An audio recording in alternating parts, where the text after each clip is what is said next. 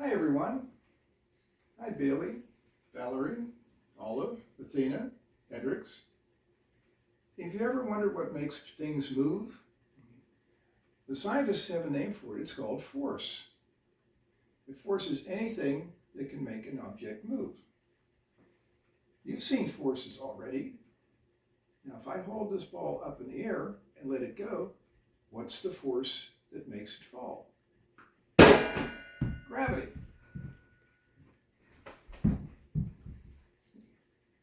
Looks like Grampy will never be a ball player, but I have some other ways of showing that. Now, as long as you hold, why isn't it falling now? Because this string is pulling up on the ball with as much force as gravity pulls down on it. So it doesn't go anywhere. Now, if the force on the string is greater, the ball will go up. If the force on the string is less or taken away, it'll fall down.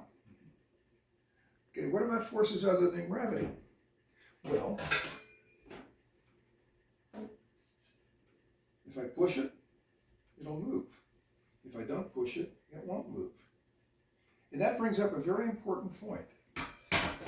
If a force is not acting on an object, it won't move. Now, there's gravity acting on these objects. Why aren't they falling? Because the table is forcing them upward with the same amount of force as gravity is pulling them downward. Now, if just gravity is working on the object with nothing pushing in the other direction, it'll move. If I wanted to move it in any other way besides gravity, I have to push it. If I don't push it, it won't move. What if it's already moving? Well, as long as it's moving, it'll keep moving, okay? But if you exert a force on it, then you can make it change direction, or speed up, or stop. Now, if the force isn't there, the object will not go around in a circle, or speed up, or slow down. If the force isn't there, the object will stay put, and then gravity will pull it downward. If the object is moving, it'll keep moving, even if whatever's holding it stops. Watch. See that? Okay. The tray stopped, but the ball kept going. And if you try to make it go in a circle, it won't go in a circle. It'll go in a straight line. You can't make it go in a circle unless you force it to go in a circle. Now, we talked about friction a while ago. Let's see if we can use friction to keep the ball or any object from moving. Now, you remember it took very little tilt to make that slide off. But watch this. This is sandpaper. It's rough. Look here. You see how steep this has to be? That's because friction prevents objects from moving. Or if they are moving, prevents them from changing direction, or speeding up, or slowing down.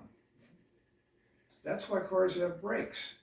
Brakes use friction to bring the car to a stop. Without the friction, the car keeps moving. That's why driving on icy roads is dangerous, because if you take away the friction between the tires and the road, then the car will keep going in a straight line until it hits something. We don't want that. Now, what happens to all that energy of motion? Well, you remember rubbing my hands together? You know how that feels? That's heat. If you use the brakes in a car too much, they get hot.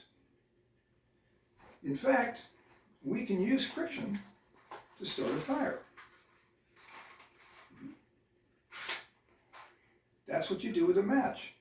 This is a rough surface. Here's the head of the match. Friction produces enough heat to set the match on fire.